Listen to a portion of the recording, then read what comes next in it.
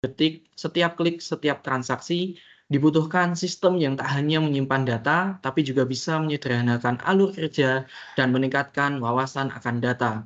Inilah saatnya kita bicara tentang business intelligence, sebuah kekuatan yang mengubah sistem pajak terbaru, Cortex, menjadi mesin yang cerdas, yang mampu melihat pola, membaca arah, dan mempercepat keputusan.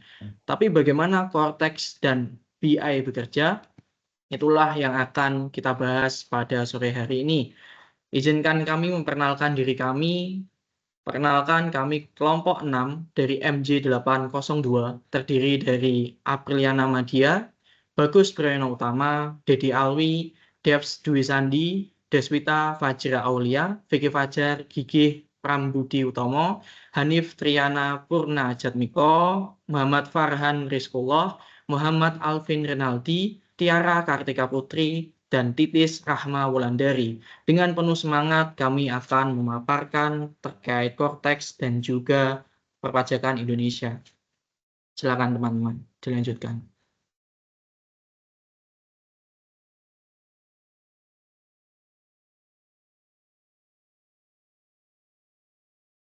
Baik, pada kesempatan kali ini, saya akan memaparkan latar belakang dari topik yang kami angkat. Business Intelligence merupakan proses pengambilan keputusan berbasis data yang mencakup pengumpulan, penyimpanan, analisis, hingga visualisasi data. Tujuannya adalah untuk membantu organisasi dalam membuat keputusan yang lebih tepat dan strategis. Dalam konteks ini, Direktorat Jenderal Pajak atau DJP telah memanfaatkan Business Intelligence untuk memperkuat sistem administrasi perpajakan melalui peluncuran Cortex Administration System atau yang lebih dikenal dengan Cortex. Cortex merupakan bagian dari reformasi perpajakan nasional melalui program PESIAP. Sistem ini dikembangkan dengan biaya sebesar 1,2 triliun rupiah oleh konsorsium LG, CNS, dan Qualisoft Group. Melalui Cortex, seluruh proses perpajakan seperti pendaftaran, pelaporan, hingga pengawasan dilakukan secara terintegrasi dalam satu sistem digital. Tidak hanya itu, Cortex juga memungkinkan DJP untuk menganalisis data dari pihak ketiga, seperti faktur pajak dan bukti potong, yang dapat langsung terhubung dengan data lawan transaksi. Ini tentunya sangat membantu dalam menyusun strategi pengawasan yang lebih akurat. Namun, meskipun sistem ini memberikan berbagai manfaat seperti efisiensi, transparansi, dan kemudahan akses bagi wajib pajak, implementasinya di lapangan masih menemui berbagai kendala. Beberapa di antaranya adalah gangguan teknis, ketidakcocokan data, dan keterbatasan infrastruktur serta sumber daya manusia. Padahal, urgensi penerapan sistem ini sangat tinggi. Tax ratio Indonesia pada tahun 2024 hanya mencapai 10,9%, yang artinya masih tertinggal jauh dibandingkan negara-negara ASEAN lainnya seperti Vietnam, Filipina, dan Kamboja. Oleh karena itu, optimalisasi Cortex menjadi sangat penting untuk meningkatkan kepatuhan pajak dan kontribusi terhadap penerimaan negara. Meskipun tetap diperlukan evaluasi dari sisi internal maupun eksternal agar sistem ini bisa berjalan lebih maksimal ke depannya. Selanjutnya, dari tema yang ada serta latar belakang yang sudah disampaikan tadi, kami mencoba mengidentifikasi masalah yang ada. Di sini kami menemukan ada 6 poin masalah terkait Cortex. Yang pertama adalah monitoring dan evaluasi kinerja DJP kurang efektif. Yang kedua, integrasi sistem antar lembaga belum maksimal. Selanjutnya, penggalian data tidak maksimal. Lalu yang keempat, deteksi kecurangan belum reaktif. Selanjutnya, evaluasi kebijakan pajak tidak berbasis data historis. Lalu yang terakhir, tidak terhubungan sistem lama pada SDJP dan sistem baru yaitu Cortex. Dan nanti masalah ini akan dibahas secara singkat serta cara mengatasinya. Selanjutnya. Selanjutnya, saya akan menjelaskan penjelasan singkat terkait penerapan Cortex. sistem perpajakan Indonesia mengalami reformasi besar melalui penerapan Cortex yang mulai berlaku secara penuh sejak 1 Januari 2025. Sistem ini adalah bentuk digitalisasi total yang dilakukan DJP dan memiliki tujuan meningkatkan efisiensi, transparansi, dan integrasi antar proses bisnis, mulai dari pendaftaran NPWP, pelaporan, hingga pengawasan. Peran bisnis intelligence dalam Cortex ada 3. Yang pertama yaitu Cortex dapat memverifikasi silang kebenaran data pendaftaran NPWP dengan data kependudukan Kemendagri. Kemudian bisnis intelligence memungkinkan profiling wajib pajak untuk pengawasan yang lebih tepat sasaran, dan data dari pihak ketiga seperti Kemendagri, Dirjen AHU, e-katalog dapat tersinkronisasi langsung dengan Cortex.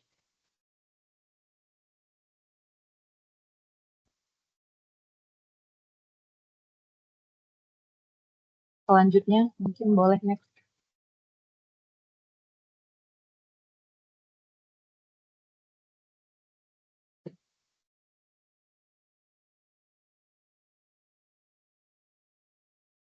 Selanjutnya, mengutip berita Tempo pada tanggal 25 Februari 2025 yang berjudul Sederet Masalah Cortex yang sering dikeluhkan menurut Dirjen Pajak, penerapan sistem Cortex masih banyak dikeluhkan oleh masyarakat. Salah satu kendala yang muncul adalah kegagalan dalam pendaftaran nomor pokok wajib pajak dan NPWP badan pada saat awal penerapan. Selanjutnya, analisis masalah berdasarkan studi kasus. Yang pertama ada kendala utama berasal dari integrasi data eksternal, terutama sinkronisasi data penduduk.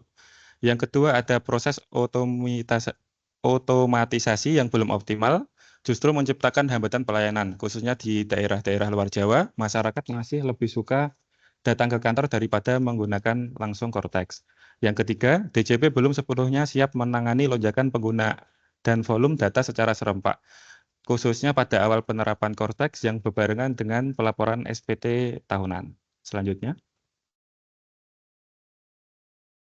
Selanjutnya saya akan menjelaskan mengenai cara mengatasi masalah. Ada 6 item. Yang pertama adalah identifikasi tingkat pencapaian DJP, yakni proses intelligence dalam sistem Cortex memudahkan pemetaan seluruh proses bisnis DJP dalam satu sistem terintegrasi.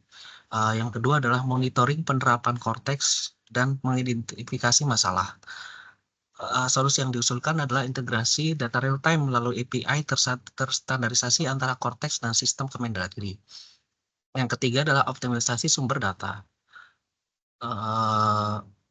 BI memungkinkan analisis kepatuhan dan segmentasi wajib pajak berdasarkan riwayat pelaporan dan pembayaran. Segmentasi ini dapat memudahkan DJP dalam merancang strategi pengawasan dan otomasi pengingat kewajiban perpajakan. Yang keempat adalah deteksi anomali sistem fraud dan pencegahan fraud. Integrasi bisnis intelligence ini dan Cortex memungkinkan deteksi pola transaksi mencurigakan seperti penurunan omset tiba-tiba tanpa alasan yang jelas. Lalu sistem dapat mengirimkan pengingat otomatis untuk mempercepat penindakan dan mengurangi praktek penggelapan pajak. Yang kelima adalah evaluasi kebijakan berbasis data. Maksudnya adalah analisis penerimaan sebelum dan sesudah kebijakan membantu Direktorat Jenderal Pajak merancang kebijakan yang lebih efektif di masa depan. Yang terakhir adalah data warehouse server.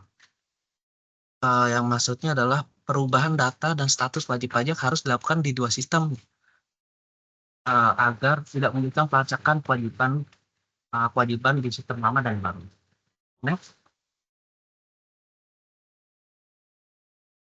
Baik, saya juga akan menambahkan informasi mengenai dashboard Cortex atau fitur-fitur yang ada pada Cortex. Boleh next. Sebelumnya, informasi yang disampaikan saat ini itu dapat berkembang sesuai dengan perkembangan peraturan yang berlaku dan pengembangan sistem yang ada. Jadi ada 10 menu utama di Cortex, mulai dari menu New Registration hingga Akses Manajemen yang akan saya jelaskan satu persatu secara singkat. Boleh next. Yang pertama ada menu New Registration atau pendaftaran baru. Ini digunakan oleh para wajib pajak untuk mendaftarkan akun Cortex mereka. Jadi para wajib pajak itu bisa memilih apakah mereka wajib pajak orang pribadi, badan, institusi negara, ataupun pemungut PPN e-commerce asing. Yang kedua, menu Digital Access Request atau permintaan akses digital. Jadi nanti ketika login akan keluar menu tersebut. Boleh next. Yang ketiga ada menu My Portal. Jadi di menu My Portal itu ada sekitar 11 submenu. Yang pertama ada My Dokumen yang berisi daftar dokumen WP yang bentuknya elektronik hasil interaksi dengan Cortex. Yang kedua ada My Notification yang berisi seluruh notifikasi pada akun Cortex. Yang ketiga My Case berisi daftar permohonan yang pernah diajukan. Yang keempat My Case atau daftar permohonan yang telah melewati jatuh tempo. Yang kelima ada My Profile. Yang keenam Digital Certification Request atau yang berisi formulir permohonan sertifikat digital. Yang ketujuh VAT Registration yang berisi formulir permohonan pengukuhan PKP. Yang ke-8 Land and Building Registration atau formulir pendaftaran objek pajak bumi dan bangunan. Yang ke-9 ada data update. Yang ke-10 status update, dan yang terakhir ada formulir penghapusan NPWP dan pencabutan PKP atau berada di submenu di Registration and Revocation. Boleh next. Menu selanjutnya ada e-tax invoice atau e-faktur yang berguna untuk membuat faktur pajak elektronik. Jadi di situ tuh ada dua submenu lagi, ada e-tax invoice atau memang untuk membuat faktur pajak elektronik, dan ada special dokumen atau yang berisi dokumen-dokumen yang dipersamakan dengan e-faktur gitu.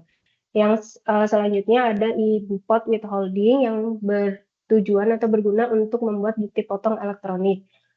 Di dalam e-bupot withholding itu sebenarnya juga masih banyak submenu lainnya yang masing-masingnya itu berbeda gitu. Misalnya untuk membuat bukti potong dari pembayaran mandiri, pembayaran gabungan, pembayaran atas PPh pasal 21, 26, dan bukti potong lain-lain.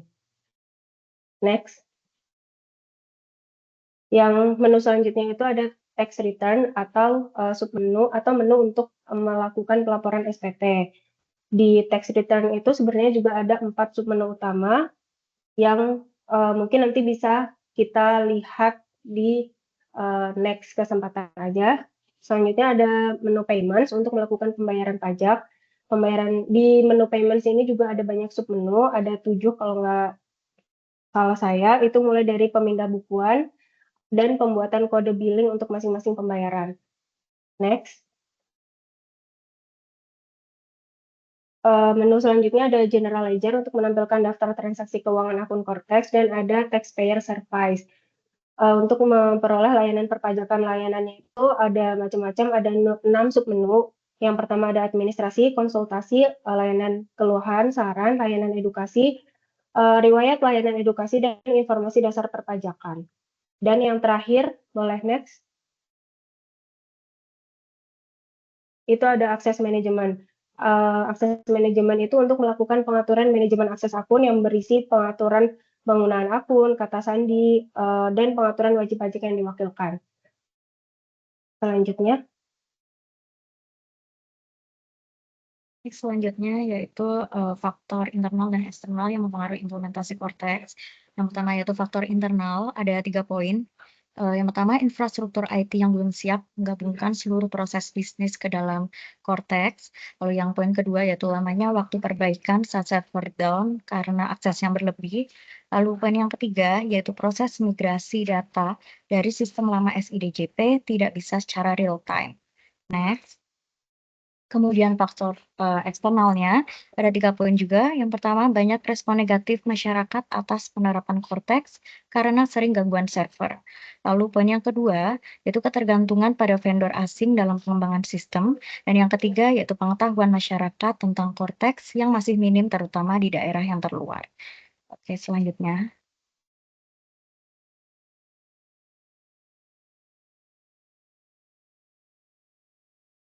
Selanjutnya untuk penggunaan Cortex dan implementasi pada Business Intelligence. Dalam implementasi intelijen bisnis atau BI, Cortex sendiri telah dirancang untuk memudahkan masyarakat dalam pengurusan di bidang perpajakan. Dengan terus dilakukan perbaikan, hingga saat ini Cortex menjadi aplikasi perpajakan yang memiliki berbagai manfaat. Beberapa di antaranya adalah sebagai berikut. Pemanfaatan gudang data atau warehouse pada aplikasi Cortex yang terintegrasi dengan data kependudukan pada Kementerian Dalam Negeri sebagai konsistensi data dalam intelijen bisnis.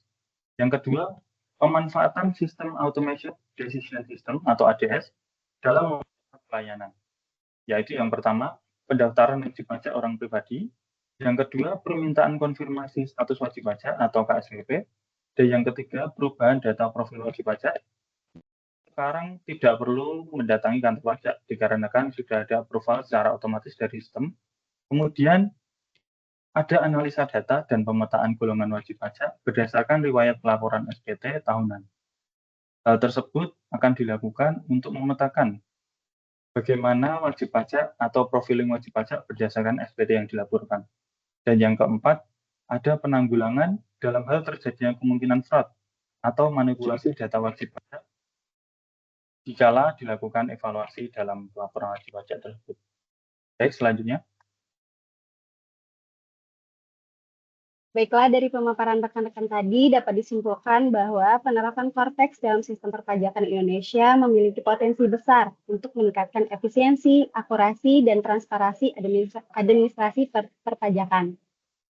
Dengan memaksimalkan BI untuk mengotomatisasi berbagai proses bisnis seperti pendaftaran NPWP, pelaporan, dan pembayaran pajak, Cortex dapat mempermudah wajib pajak dalam memenuhi kewajiban perpajakan wajib pajak.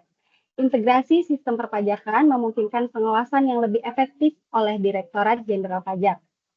Hal ini dapat meningkatkan kepatuhan wajib pajak dan penerimaan negara.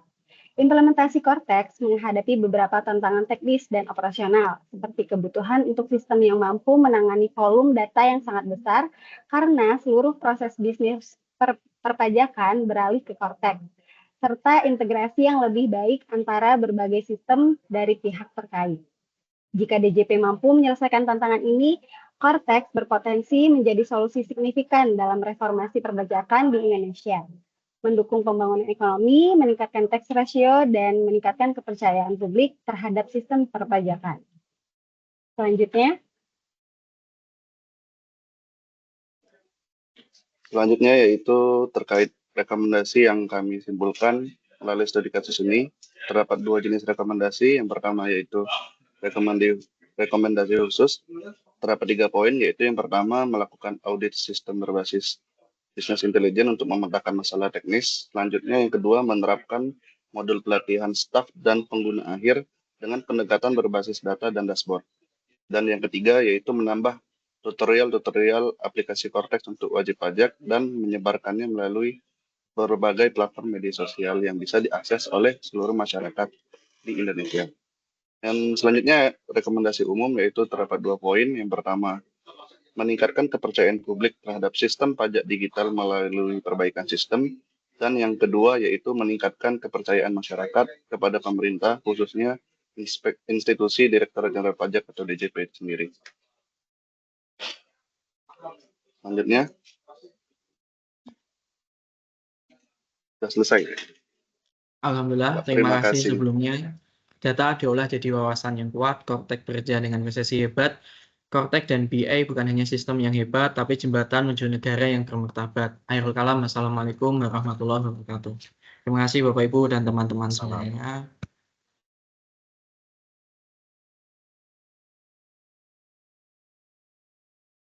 Oke, udah. Masih guys. Terima kasih. Berarti ini nanti di videonya. Terima kasih.